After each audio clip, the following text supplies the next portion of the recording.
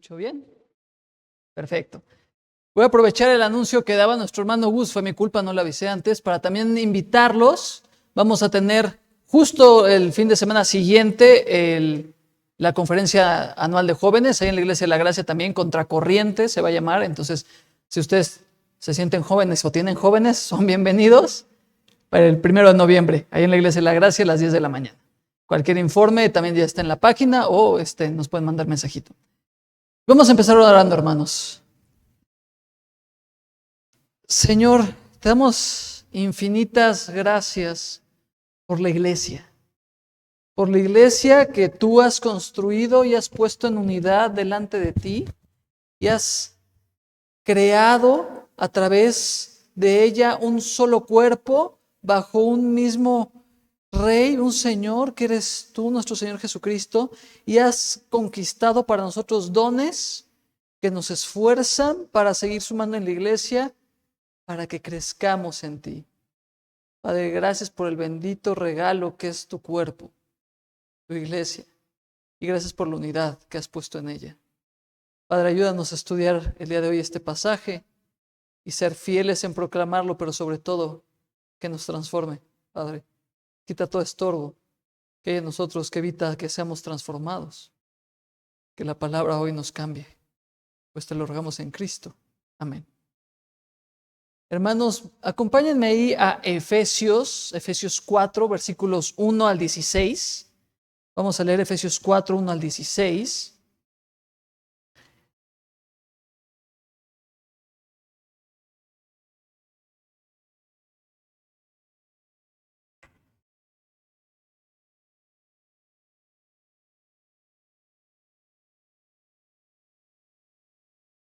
Dice la palabra del Señor, Pablo escribiendo a los Efesios, siendo guiado por el Espíritu Santo, dice: yo pues, preso en el Señor, os ruego que andéis como es digno de la vocación con que fuisteis llamados, con toda humildad y mansedumbre, soportándoos con paciencia los unos a los otros en amor, solícitos en guardar la unidad del Espíritu en el vínculo de la paz, un cuerpo y un espíritu, como fuisteis también llamados en una misma esperanza de vuestra vocación. Un Señor, una fe, un bautismo, un Dios y Padre de todos, el cual es sobre todos y por todos y en todos.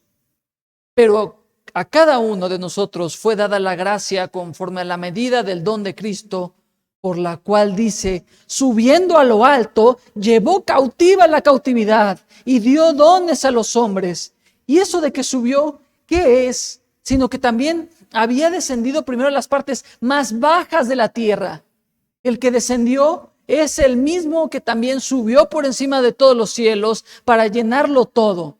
Y él mismo constituyó a unos apóstoles, a otros profetas, a otros evangelistas, a otros pastores y maestros, a fin de perfeccionar a los santos para la obra del ministerio, para la edificación del cuerpo de Cristo, hasta que todos lleguemos a la unidad de la fe y del conocimiento del Hijo de Dios, a un varón perfecto, a medida de la estatura de la plenitud de Cristo, para que ya no seamos niños fluctuantes, llevados por doquiera de todo viento de doctrina, por estratagema de hombres, que para engañar emplean con astucia las artimañas del error, sino que siguiendo la verdad en amor, crezcamos en todo en aquel que es la cabeza, esto es Cristo, de quien todo el cuerpo, bien concentrado y unido entre sí, por todas las coyunturas que se ayudan mutuamente según la actividad propia de cada miembro, recibe su crecimiento para ir edificándose en amor. Hermanos, permítanme comenzar esta cita con un pasaje, permítanme comenzar con una cita de este pasaje que a mí me encantó. Es de William Hendrickson, se los voy a leer. Dice: es únicamente cuando la iglesia reconoce su unidad y se esfuerza más en perseverarla, cooperando cada miembro con los demás, que el evangelio avanzará con poder entre las naciones. La iglesia misma se regocijará, Satanás temblará y el nombre de Dios será glorificado. Pero eso es a través de la unidad. Y cuando la iglesia reconoce y guarda su unidad. Y para eso hay que practicar la unidad. La doctrina sin práctica es fría, es seca, es sin sabor. Es como comer sin sal. Hace unos meses, cuando descubrimos que mi papá era hipertenso, fuimos al cardiólogo y lo primero que mi mamá le dijo al cardiólogo: ¿verdad que no debe de comer sal? El cardiólogo se volteó. Yo creo que mi mamá esperaba que dijera: no, no le des sal. Dijo: ¿comido sin sal? Es como comer trapo. Bueno, lo mismo es la doctrina si no hay práctica. Es fría, es sin sabor, no sirve de nada. Pero de hecho es aún peor que eso. Como dice Santiago, la fe sin obras es muerta, es estéril, no sirve de nada, no salva a nadie. Del mismo modo, el caso contrario, las obras sin doctrina son vacías, son huecas, tampoco salva. Muchos incrédulos pueden tener buenas obras, ser muy altruistas, donar muchísimo dinero, ser muy morales, pero eso no salva. Entonces es imposible tener una fe viva que no esté cimentada también en el conocimiento de la palabra de Dios, y siempre deben de estar presentes ambas. ¿Y por qué digo esto? Porque es justo lo que Pablo empieza a hacer en esta epístola. Pablo siempre se mantuvo en un estilo literario donde primero ponía los fundamentos, primero ponía la doctrina, la base, y después decía: bueno, a la luz de todo esto, a su audiencia le decía: pónganse a vivir de esta manera. Y cada una de sus cartas guarda esta estructura, como diciendo: bueno, ya entendieron esto, entonces vívanlo. Por ejemplo, en la epístola de Romanos, después de 11 capítulos de doctrina, de repente llega a Romanos 12:1, este pasaje increíble que dice: así que, es decir, como consecuencia, como resultado de lo que les acabo de enseñar durante 11 capítulos, hermanos, os ruego por las misericordias de Dios que presentéis vuestros cuerpos en sacrificio vivo, santo, agradable a Dios, que es vuestro culto racional. Esto es la misma fórmula, el mismo estilo como inicia nuestro pasaje del día de hoy. No sé si lo noten, Efesios 3 inicia básicamente en lo mismo. Les ruego, por todo esto que les acabo de decir, puesto lo anterior, les ruego que anden digno de su vocación. Es la misma idea, la misma receta. Y por ejemplo, para entender ¿a qué se está refiriendo cuando nos tiramos un poco hacia atrás? Cuando dice, por lo que les hablé en los otros 3 capítulos, él ya habló de la belleza de que somos ricos en Cristo en los lugares celestiales. Luego abordó la enorme bendición de haber pasado de muerte espiritual, incapacidad total de buscar al Señor, de hacer algo que le agradara, de salvarnos a nosotros mismos, a estar vivos y ser hechura de Dios para andar en buenas obras. Y además descubrió y explicó el misterio que en el Antiguo Testamento no se conocía, que era que los gentiles, es decir, nosotros, íbamos a ser también parte del plan de redención. Y esto solamente por mencionar algunas de las cosas que ustedes ya vieron a lo largo de los primeros 3 capítulos. Estoy solamente tomando como algunos detalles importantes. Pero ahora viene lo más práctico de la carta de los Efesios.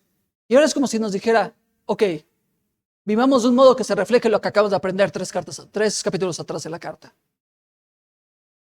Y no existe nada más lamentable para cada creyente en lo individual que conocer doctrina, pero no tener intimidad con el Señor que dio esa doctrina. Conocer el Evangelio, poder hablar del Evangelio, poder enseñar el Evangelio, por estar congelados en nuestra vida práctica y nuestra vida devocional respecto a ese Evangelio. Y entonces el punto de partida que Pablo traza aquí es: practíquenlo. Y primer punto, y es lo que vamos a ver hoy, practíquenlo en la unidad de la iglesia.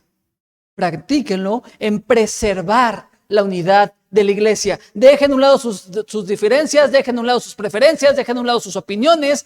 Cuiden la unidad de la iglesia de Cristo. Cuiden la unidad del cuerpo de Cristo. Hoy vamos a ver 3 verdades de la unidad de la iglesia que nos enseñan cómo crecer en Cristo. 3 verdades de la unidad de la iglesia que nos llevan a crecer en Cristo. En primer lugar, del versículo 1 al 6, vamos a ver cuál es el fundamento de la unidad. En segundo lugar, del 7 al 13, vamos a ver cómo fomentamos el fomento de esa unidad. Y en tercer lugar, vamos a ver el fruto de la unidad de los versículos 14 al 16. En este pasaje encontramos dos pilares prácticos importantísimos que tenemos que tener en cuenta para mantenernos unidos. En primer lugar, es esta unidad que ya existe en la iglesia, debemos de mantener la unidad, pero en segundo lugar, debemos de tener en cuenta el otro pilar, que es el crecimiento. Y estas dos cosas se conectan, tienen su soporte a través de servirnos con nuestros dones los unos a los otros. Amo la providencia del Señor con lo que estaba diciendo ahorita Gus acerca de los dones y de ponernos a ejercerlos dentro de la iglesia, porque mucho de eso es lo que vamos a hablar el día de hoy. Entonces, gloria a Dios por su providencia. Y vamos a ir explorando entonces este pasaje, digamos, a vuelo de pájaro, estos 16 versículos. Sé de un predicador que tal vez ustedes conocen, que lo dividió en 7 mensajes. Este capítulo, gracias a Dios, no me tienen que escuchar durante 7 semanas, para bien de ustedes. Pero nosotros lo vamos a ver pasando por encima de todo este pasaje y analizando las partes más importantes de estos, los cimientos más importantes de este pasaje. Y vamos a ver la primera de 3 verdades de la unidad de la iglesia que nos llevan a crecer en Cristo, y es el fundamento de la unidad. Versículos 1 al 16. La unidad de la iglesia se fundamenta no en que nosotros creemos esa unidad, sino que ya existe una unidad espiritual sustentada en el Dios Trino. Él ya dio esta unidad y nuestro trabajo es mantener, perseverar esa unidad. ¿Y en qué está fomentada esa unidad? Como dijimos en la Trinidad, veamos desde el versículo 1, dice Pablo: yo pues, preso en el Señor, os ruego que andéis como es digno de la vocación con que fuisteis llamados. Yo pues, como les decíamos, nos conecta con los versículos de los capítulos anteriores, los primeros 3 capítulos anteriores, donde básicamente les está diciendo, bueno, por todo esto, puesto todo lo anterior, yo les ruego que vivan de esta manera, que andéis como es digno de la vocación que fuiste llamado. Y noten que Pablo está escribiendo esta carta preso. Alguien que precisamente por vivir de acuerdo a la vocación a la que fue llamado, por vivir de manera fiel al evangelio, por no claudicar, estaba encarcelado. Y con esa autoridad les dice, vivan de acuerdo a su vocación, aunque les lleve a dificultades. Vivan a la altura de la rica misericordia y la salvación del Señor Jesucristo, y vivan a la luz de su relación salvífica, personal, íntima, cercana con Cristo. ¿Y cómo se va a reflejar esto en primer lugar? Versículo 2. Con toda humildad y mansedumbre, soportándoos con paciencia los unos a los otros en amor. La idea aquí es que no podemos mantener la unidad si tenemos un corazón que no es humilde, un corazón que no es paciente, un corazón que no es amoroso, que no es manso. Si fuimos llamados a pertenecer al cuerpo de Cristo, debemos de vivir manteniendo la unidad del cuerpo de Cristo y con toda humildad y mansedumbre. Es decir, no teniendo un alto concepto, no teniendo un concepto ególatra de nosotros, ni tampoco queriendo ser autoritarios o queriendo ser impositivos. Por eso nos dice que debe de haber mansedumbre, debe de haber poder bajo control. Y claro, esto es congruente, como decíamos, con nuestra vocación en Cristo, porque ¿quién fue manso y humilde? El Señor Jesucristo. Básicamente está diciendo, vivan a la luz de imitar a Cristo. Y esto produce un evidente resultado. Si tú eres manso y tú eres humilde, obviamente vas a ser paciente. Por eso dice, soportándoos con paciencia los unos a los otros en amor. La paciencia es soportar el mal sin regresarlo en la iglesia. La paciencia en la iglesia es soportar una ofensa sin responderla. Es soportar la crítica sin defenderte.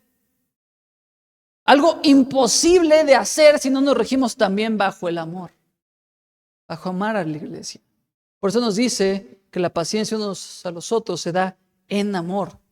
Dispuestos a poner los intereses, el bienestar, la tranquilidad, la madurez, el crecimiento del hermano antes que nuestros propios intereses.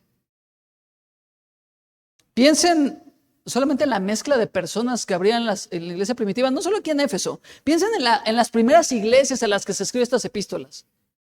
Todos ellos se podría decir que eran nuevos creyentes.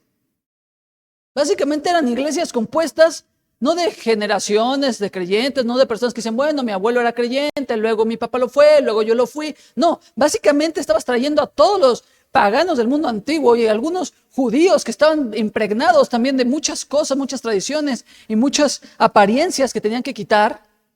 Y entonces entre ellos tenía que haber paciencia. Necesitaban mostrar paciencia. Pero la pregunta aquí sería, ¿para qué debo de ser manso? ¿Para qué debo de ser humilde? ¿Para qué debo de ser paciente? ¿Para qué debo de ser amoroso? Bueno, para el objetivo del versículo 3. Solícitos en guardar la unidad del Espíritu en el vínculo de la paz. La palabra solícitos aquí es deseosos. Se puede traducir hasta ansiosos, desesperados por mantener ese vínculo, desesperados porque la iglesia no se separe, no se divida, no se agreda, no haya murmuración, no haya conflictos. Pero noten de nuevo, aquí además está en el original en un presente continuo, solícitos en guardar, es manténganse todo el tiempo desesperados porque la iglesia se mantenga unida, creciendo juntas, perseverando esta unidad que ya existe, que la sustente el Señor, pero que ustedes la deben de cuidar, cada uno de nosotros la debemos de cuidar. Porque esa unidad viene de la Trinidad misma. Nosotros no podemos separar a Dios, como tampoco podemos ni debemos romper con la unidad de la iglesia. Y agrega que mantengamos el vínculo de la paz. Es decir, llevándonos bien entre nosotros, manteniéndonos en paz entre nosotros. Una relación libre de pleitos, libre de conflictos, libre de chismes, libre de contiendas. Entonces aquí está el mandato. Sean mansos, sean humildes, sean pacientes, sean amorosos, determinados en guardar la unidad de la iglesia. En paz. Pero aquí en el versículo 4 encontramos la joya en la que se fundamenta esta paz. Dice, un cuerpo y un espíritu, como fuisteis también llamados en una misma esperanza de vuestra vocación, un Señor, una fe, un bautismo, un Dios y Padre de todos, el cual es sobre todos y por todos y en todos. Esta lista nos muestra cómo existe una unidad en el cuerpo de la iglesia que se sustenta por la Trinidad que opera en ella. Observen, primero se dice que nuestra unidad está en el Espíritu Santo, y viene acompañada de la inclusión de un cuerpo y una esperanza. El Espíritu Santo viene acompañado de un cuerpo y una esperanza. ¿Por qué? Porque el Espíritu abarca a todo el cuerpo que es la iglesia, así como nuestro espíritu abarca a cada uno de nuestros miembros y abarca desde tu dedo chiquito del pie hasta tu cabeza. El Espíritu Santo abarca a toda la iglesia, abarca a todo el cuerpo de Cristo, y toda esta fue llamada a una hermosa esperanza. ¿Cuál es esta esperanza? Las inmutables y fieles promesas de Dios. El Espíritu Santo, el Consolador que mora en nosotros y nos mantiene unidos al cuerpo de Cristo, pero también esperanzados en Cristo, consolados en Cristo. A quien inmediatamente el texto menciona como la segunda persona en esta fórmula sobre la unidad de la iglesia, dice que el Señor Jesucristo, y lo une con la fe y con el bautismo. Él viene acompañado de la fe y el bautismo, y lo que nos indica aquí es que nuestro Señor, nuestro dueño, nuestro Salvador, es aquel que mantiene la unidad de la iglesia también a través de mantenernos en la fe, de mantenernos en la confianza en Él, no solo para salvación, sino para toda nuestra vida. Lo más irónico es que a veces entendemos esta fe solamente como la fe de salvación, cuando necesitamos un Salvador todos los días, todo el tiempo. Porque necesitamos todos los días confiar en sus promesas y necesitamos su ayuda para todos los días confiar en sus promesas. Y luego menciona un bautismo. Está hablando de esa unidad que se dio dentro de la iglesia, el momento que los creyentes dan testimonio público, identificándose con Cristo en su muerte y resurrección, en el ceremonial del bautismo, en el ceremonial del bautismo en agua, donde nosotros proclamamos que creemos y seguimos a Cristo. Y finalmente nos recuerda que esta unidad también es en el Padre. Tenemos el mismo Padre de quien dice, el cual es sobre todos y por todos y en todos. Es decir, tiene toda la autoridad en todos y está su autoridad y su presencia a través del Santo Espíritu en todos. Esto significa que el Padre mantiene como buena cabeza de familia a la iglesia en unidad, a la iglesia firme, junta. Entonces yo quiero que notemos algo muy importante aquí. No estamos unidos porque nos caigamos bien. Digo, espero que nos caigamos bien todos. Pero esa no es la base. No nos unimos porque estemos de acuerdo en todo. No nos unimos ni siquiera porque pertenezcamos al mismo estatus social o porque nos gusten las mismas cosas o porque asistamos a los mismos lugares. No, estamos unidos, nuestra unidad viene de nuestro Dios Trino, así como la unidad del Padre, el Hijo y el Espíritu Santo generan una misma unidad en la iglesia. De ese modo es que nosotros nos mantenemos en ella. Nuestra unidad ni siquiera reposa en nuestras preferencias. Reposa en la Trinidad misma. Ellos no se estorban, no chocan, no buscan lo suyo. Por eso se nos encarga que tengamos esa misma manera de actuar, estar ansiosos por mantener la unidad de la iglesia. Pero ¿qué pasa? ¿O qué testimonio de nuestro Dios Trino estamos dando cuando dividimos la iglesia? Cuando te cuentan algo y te dicen, oye, por favor, tengo una petición de oración, estoy pasándola mal por esto, pero te lo confío a ti. Y el hermano va luego, oye, ¿ya viste que este hermano está sufriendo? ¿Qué es eso? O cuando las hermanas se pelean entre ellas porque se cayeron mal simplemente porque no les gustó cómo se vieron la una a la otra. O porque hay un hermano que siempre quiere discutir con el que piensa distinto y imponer su opinión. No existe lugar en la economía celestial, no existe lugar en el plan de Dios para la iglesia que no sea la unidad. No existe lugar para la división. Tú no puedes negar la unidad de la iglesia mediante quererla dividir, porque la unidad de la iglesia reposa en nuestro Dios Trino. Entonces cuídala, presérvala, manténla, foméntala incluso. ¿Y cómo la fomentamos? Ese es nuestro segundo punto. La segunda de 3 verdades de la unidad de la iglesia que nos llevan a crecer en Cristo. Y es el fomento de la unidad a través de los dones, desde el versículo 7 al 13. Y es que la unidad de los creyentes es cuidada a través de mantenernos sirviendo con nuestros dones los unos a los otros para edificar a la iglesia y para hacer crecer a la iglesia. ¿Cómo mantienes esta unidad? ¿Cómo la cuidas? Sirve a otros. Porque en primer lugar, cuando tú sirves, ya no hay espacio, si lo haces realmente de corazón y bien, ya no hay espacio para la soberbia, ya no hay espacio para ti mismo, ya no hay espacio para no tener mansedumbre. Lo haces humillándote para servir al otro. Observe en versículo 7. Pero a cada uno de nosotros fue dada la gracia conforme a la medida del don de Cristo. Observen, Cristo es el que determina qué dones nos ha dado, la medida en la que nos da, ¿y cómo hemos de ejercer cada uno de ellos? Acompáñenme ahí a 1 Corintios 12, 4 al 7 para entender mejor esto. Para entender mejor este asunto de los dones que hemos recibido para servir a la iglesia.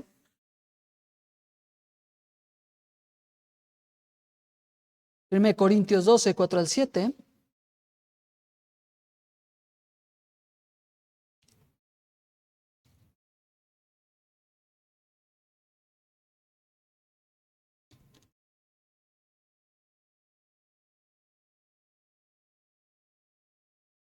Dice, ahora bien, hay diversidad de dones, pero el Espíritu es el mismo. Y hay diversidad de ministerios, pero el Señor es el mismo. ¿Notan de nuevo el tema de la unidad? Y hay diversidad de operaciones, pero Dios que hace todas las cosas en todos es el mismo. Y noten, nuevamente, la Trinidad la tenemos presente. Primero habla desde el Espíritu, luego desde el Señor refiriéndose al Señor Jesucristo, y luego desde Dios refiriéndose al Padre.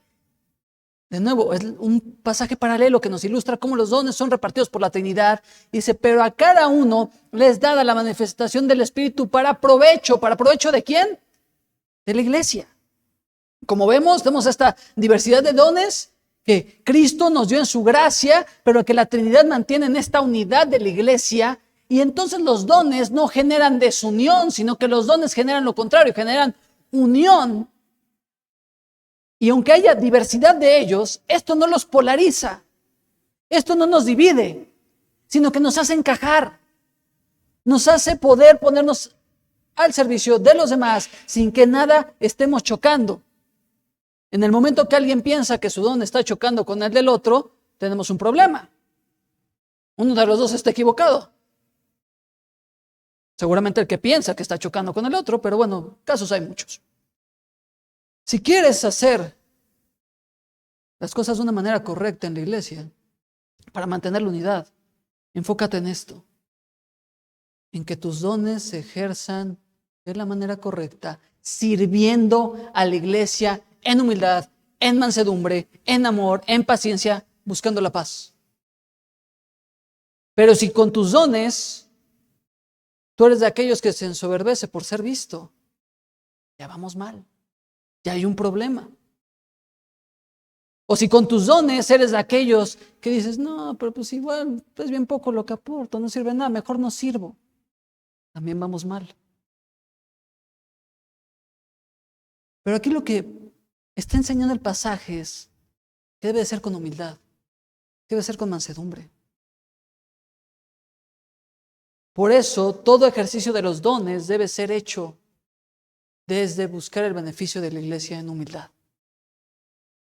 No sé si se han dado cuenta que a veces los hermanos que menos alardean de sus dones, los hermanos más callados, suelen edificar el muro más grande para la iglesia. La humildad importa. Y para eso Pablo nos da el ejemplo más grande de humildad, el Señor Jesucristo, el que conquistó los dones para nosotros.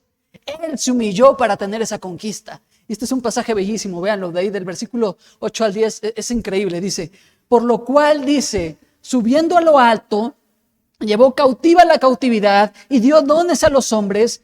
Y eso de que subió, ¿qué es? Sino que también había descendido primero a las partes más bajas de la tierra.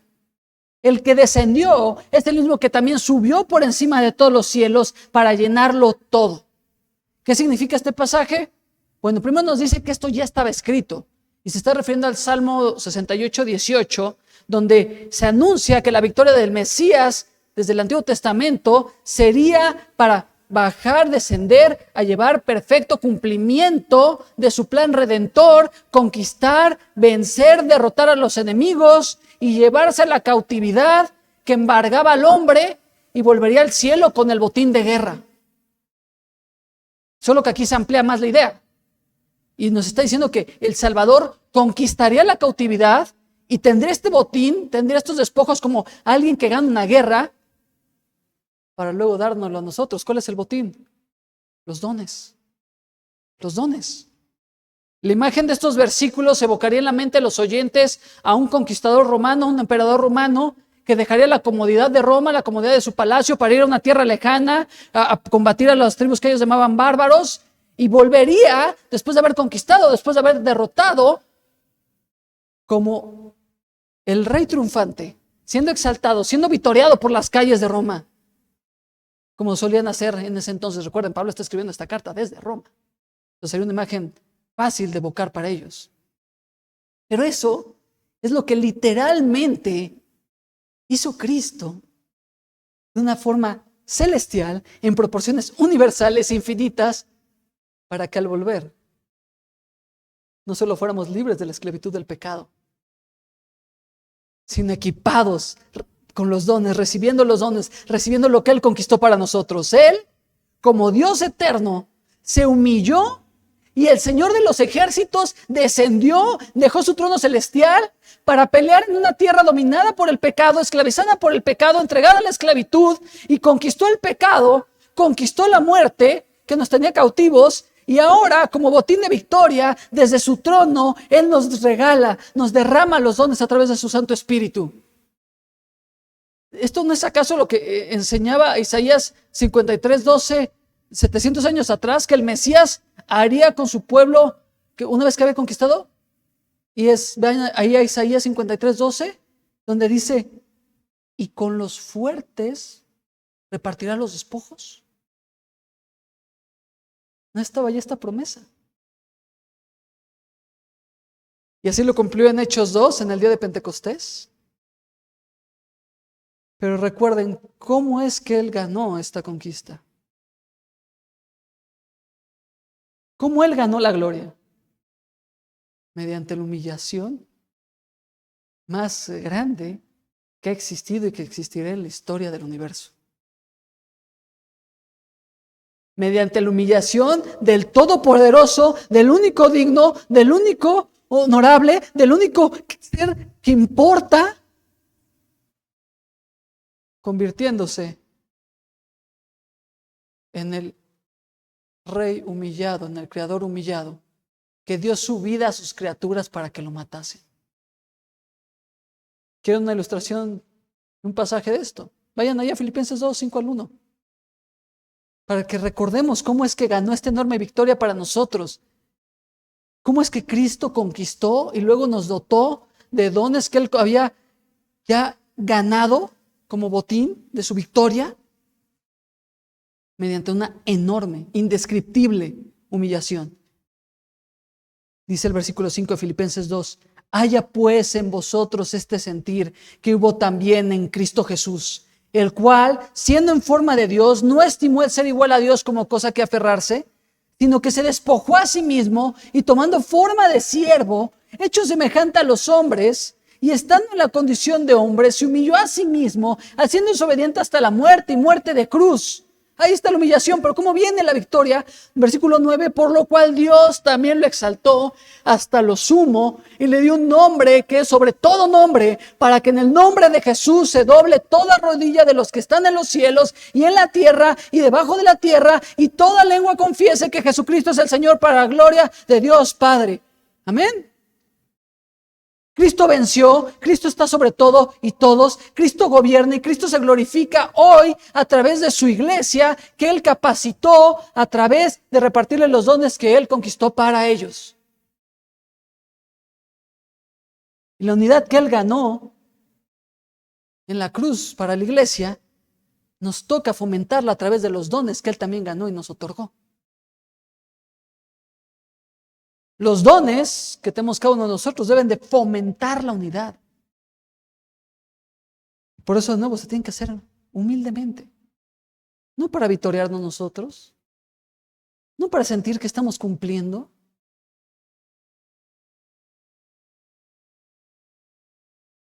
Y aquí de hecho se va directo a los líderes para hablar acerca de esos dones. Y cita el versículo 11, dice, y Él mismo constituyó a unos apóstoles, a otros profetas, a otros evangelistas, a otros pastores y maestros. Recuerda, Cristo otorgó estos dones a través del Espíritu Santo, como dijimos en Hechos 2, cuando viene el Espíritu Santo y nos capacita, pero Él no enfoca en los hombres. Los dones espirituales, el ejercicio de ellos no tienen un enfoque en los hombres, sino en el don mismo. Dios no capacitó a hombres que ya fueran capaces. No, lo contrario. Él toma hombres incapaces y a través de los dones los capacita para que sean aptos para guiar a su iglesia. Entonces, de nuevo, el enfoque está en los dones, no en los hombres. Por ejemplo, los apóstoles que levantó aquí, que se refiere en este contexto a 11 de los primeros 12 discípulos, porque quitamos a Judas, pero luego se agrega Matías ahí en Hechos 1 y a Pablo. Estos no eran hombres capaces, no eran hombres equipados, muchos de ellos no eran hombres preparados. El único preparado de ellos, de hecho, era Pablo, y su pasado le hacía recordar que no era apto, pero que Dios tomó a los no aptos para hacerlos aptos.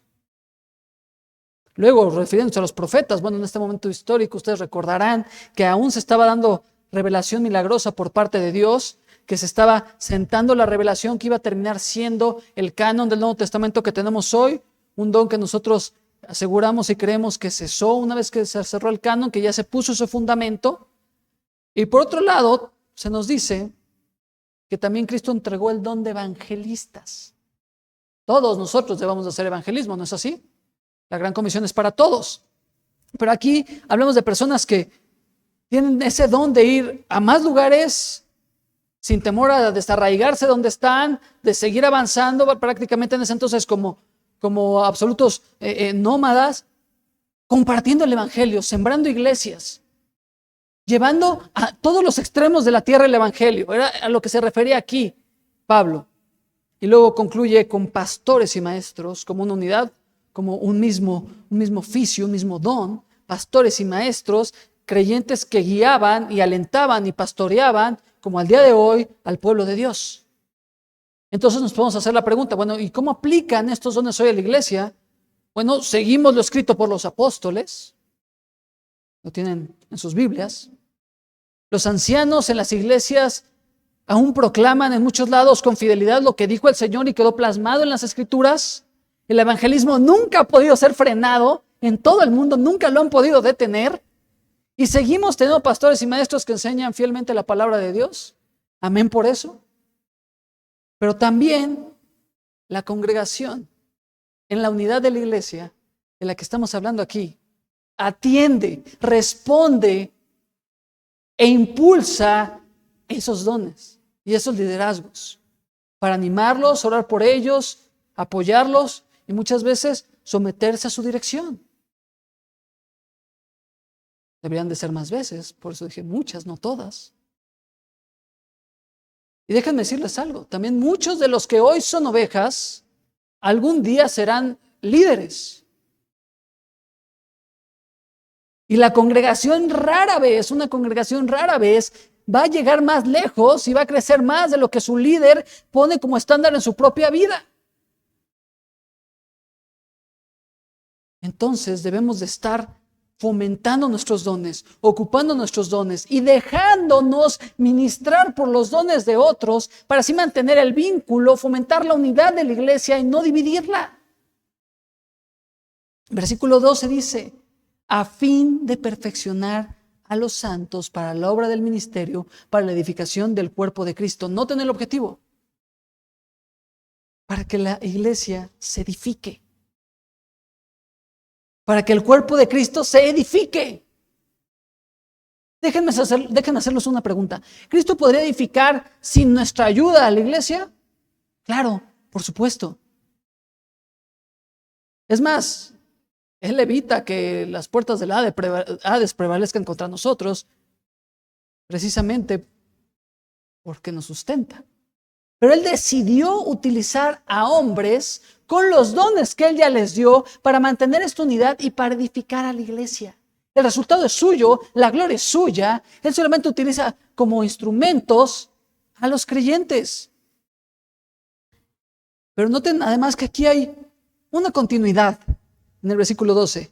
Primero dice, a fin de perfeccionar a los santos para la obra del ministerio, paso 1, para la edificación del cuerpo de Cristo. Entonces son líderes edificando a otros santos, otros miembros del cuerpo de Cristo, para que estos a su vez edifiquen a más miembros del cuerpo.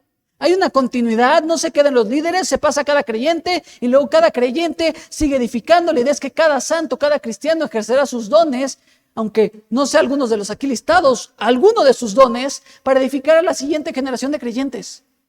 Y así ha pasado desde que el Señor derramó su espíritu en nosotros hasta el día de hoy. El objetivo de cada don conquistado por Cristo y otorgado a los santos es seguir edificando a la iglesia, no solo para hoy, no solo para esta iglesia y no solo para este edificio, sino para el futuro, hasta que Él vuelva.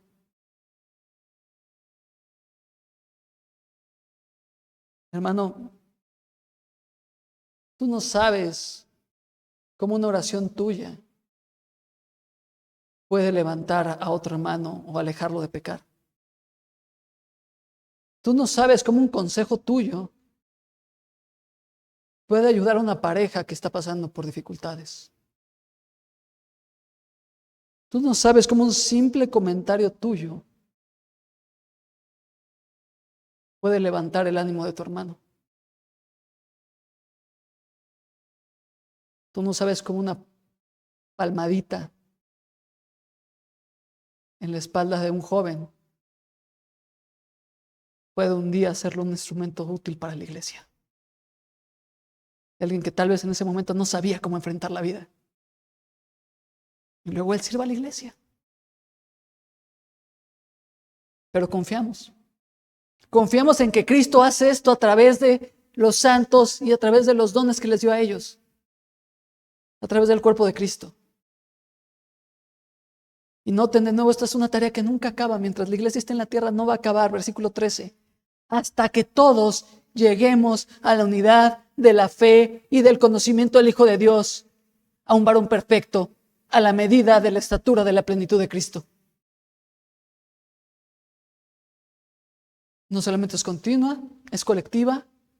Todos juntos buscar llegar a la unidad de la fe y del conocimiento del Hijo de Dios para que la iglesia crezca hasta estar a la medida de la estatura de Cristo. Todo el tiempo estamos fomentando la unidad de la iglesia con nuestros dones. Todos lo estamos fomentando hasta que todos lleguemos a esta unidad de la fe y a este conocimiento del Hijo de Dios. El propósito es llegar a conocer más al Señor, a una imitación mejor de Él.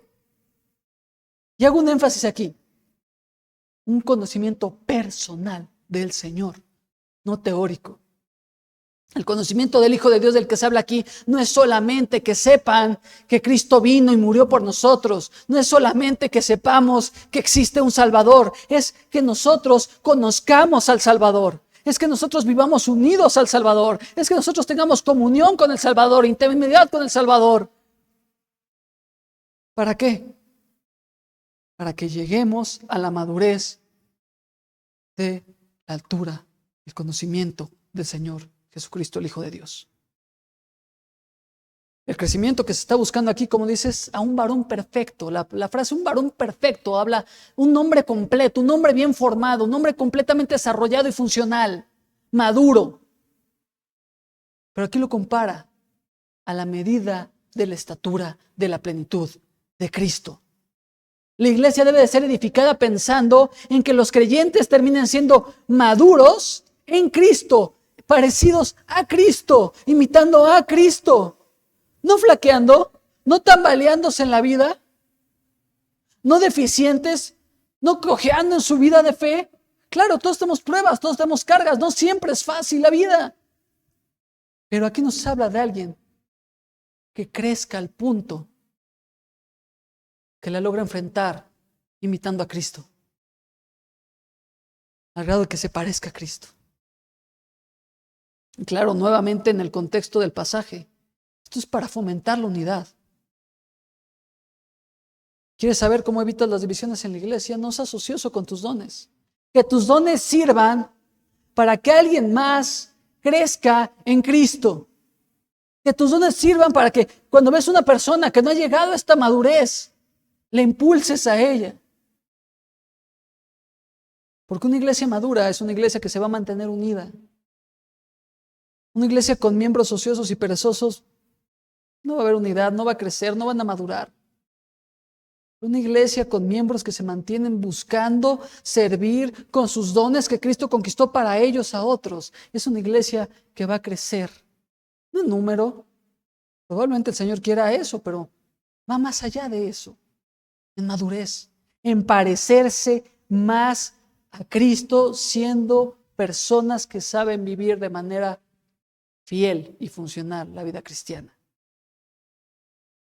Y esto solamente nos da entonces como resultado el crecimiento, que es la última de 3 verdades de la unidad de la iglesia que nos llevan a crecer en Cristo, el fruto de la unidad.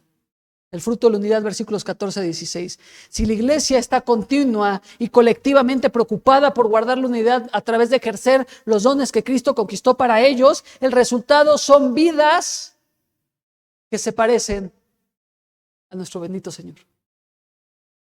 Versículo 14 dice: para que ya no seamos niños fluctuantes, llevados por doquiera de todo viento de doctrina, por estratagema de hombres, que para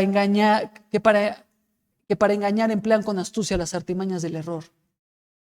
La frase de niños fluctuantes aquí podría entenderse como creyentes que actúan de manera infantil y son movidas como las olas mueven un barco en medio de la tormenta para todos lados por cualquier doctrina falsa, y entonces van por aquí aprendiendo una cosa y por ahí aprendiendo una cosa diferente y poniéndose a ver videos, y entonces ya traen una mezcla de ideas que no se parecen nada a lo que es la doctrina bíblica.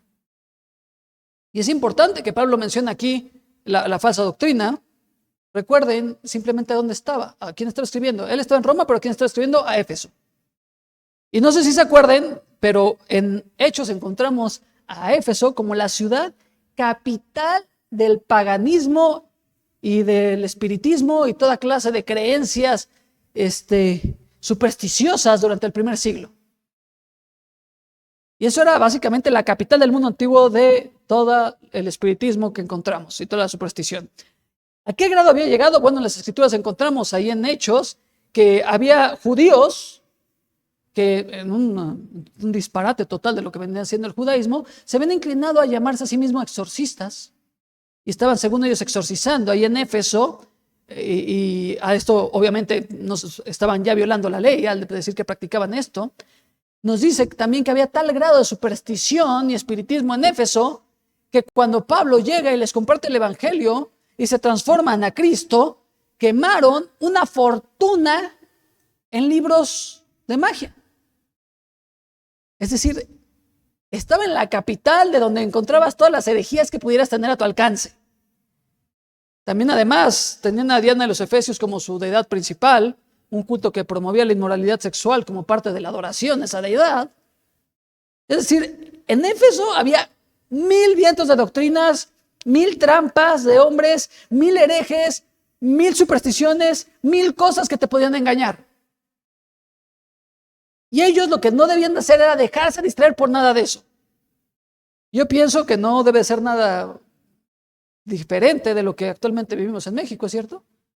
Un país sumamente idólatra, un país sumamente lleno de supersticiones. La semana pasada decidimos visitar el pueblito mágico de aquí cerca de Huasca y de repente mi esposo y yo dijimos, hay que ver si encontramos una artesanía para la casa. Bueno, nos encontramos con que todo eran supuestos duendes. Y dijimos, ok, creo que nos equivocamos de pueblito mágico. Pero por todos lados tú encuentras superstición. Por todos lados tú encuentras, le vendemos su tour para que conozca por dónde pasan los duendes. Lo más parecido a un duende en ese lugar era yo. Una locura. Nosotros tampoco nos debemos de dejar distraer por todos estos vientos de falsas doctrinas, vientos de herejías, vientos de engaños, sino, dice el versículo 15 en su lugar, sino que siguiendo la verdad, la palabra de Dios, la verdad revelada por Dios, en amor, crezcamos en todo aquel que es la cabeza, esto es Cristo, de quien todo el cuerpo, bien concentrado y unido entre sí por todas las coyunturas que se ayudan mutuamente, según la actividad propia de cada miembro, recibe su crecimiento para ir edificándose en amor.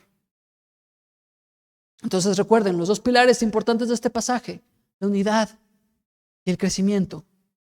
Los efesios debían mantenerse en unidad y creciendo, unidos a Cristo, bajo la cabeza de Cristo, bajo el mandato de Cristo, para que todo el cuerpo fuera creciendo junto. Por esto deben de fomentar el ejercicio de sus dones. Aquí dice en amor. Pero para ir concluyendo, quiero concentrarme en lo más bello de este pasaje. No sé si lo notaron, pero este pasaje, su máximo énfasis lo encontramos en Cristo. No se deja de mencionarlo. Simplemente vean los últimos versículos. Es unidos a Cristo por la conquista de Cristo, en la capacitación que Cristo hace a su iglesia, unidos con Él como cabeza. Cristo es el énfasis aquí. Estamos unidos entre nosotros, ¿por qué? Porque estamos unidos a la cabeza que es Cristo. Crecemos por la fuerza que es Cristo. Avanzamos con la instrucción de Cristo. Si somos miembros del cuerpo es porque Cristo nos unió a ese cuerpo. Si somos sostenidos en la fe es porque Cristo sustenta su cuerpo. Él nos mantiene en unidad, Él nos fortalece, Él nos impulsa, Él nos mantiene creciendo. Él nos da los dones para seguir avanzando.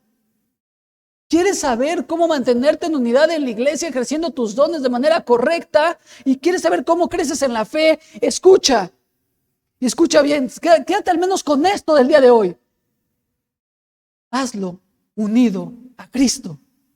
En intimidad personal, constante, permanente y colectiva con Cristo. A veces nos preguntamos por qué la iglesia no madura. ¿Por qué nosotros no maduramos? ¿Esa no es la lucha diaria? Señor, ¿por qué no logro aprender esto? ¿Por qué no logro cambiar esto? ¿Por qué no logro vencer este pecado?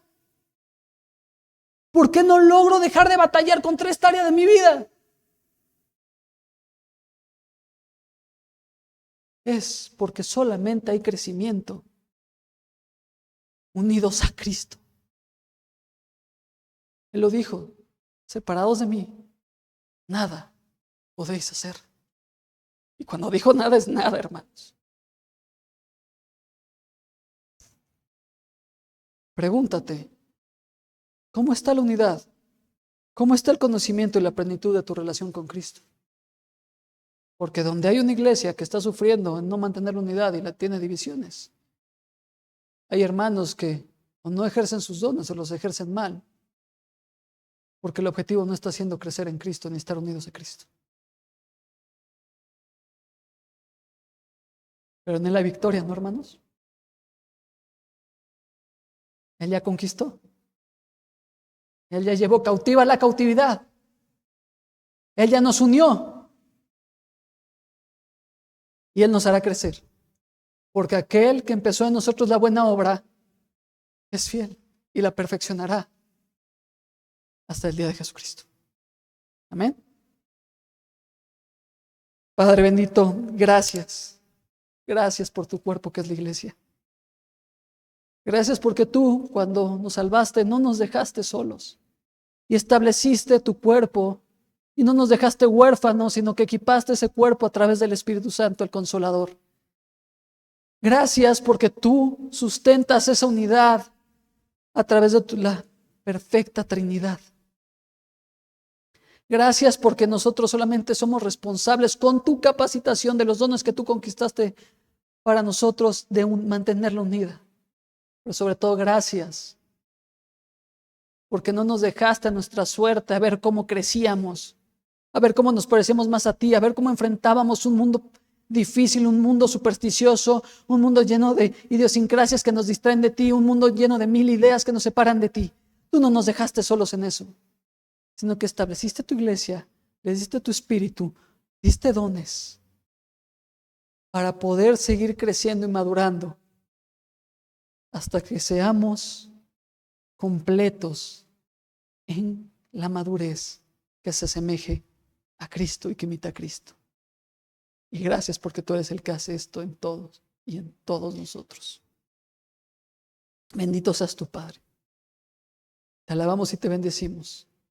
En el nombre de tu Hijo Jesucristo. Amén. Muchas gracias, hermanos. Si no hay más mensajes, estamos despedidos.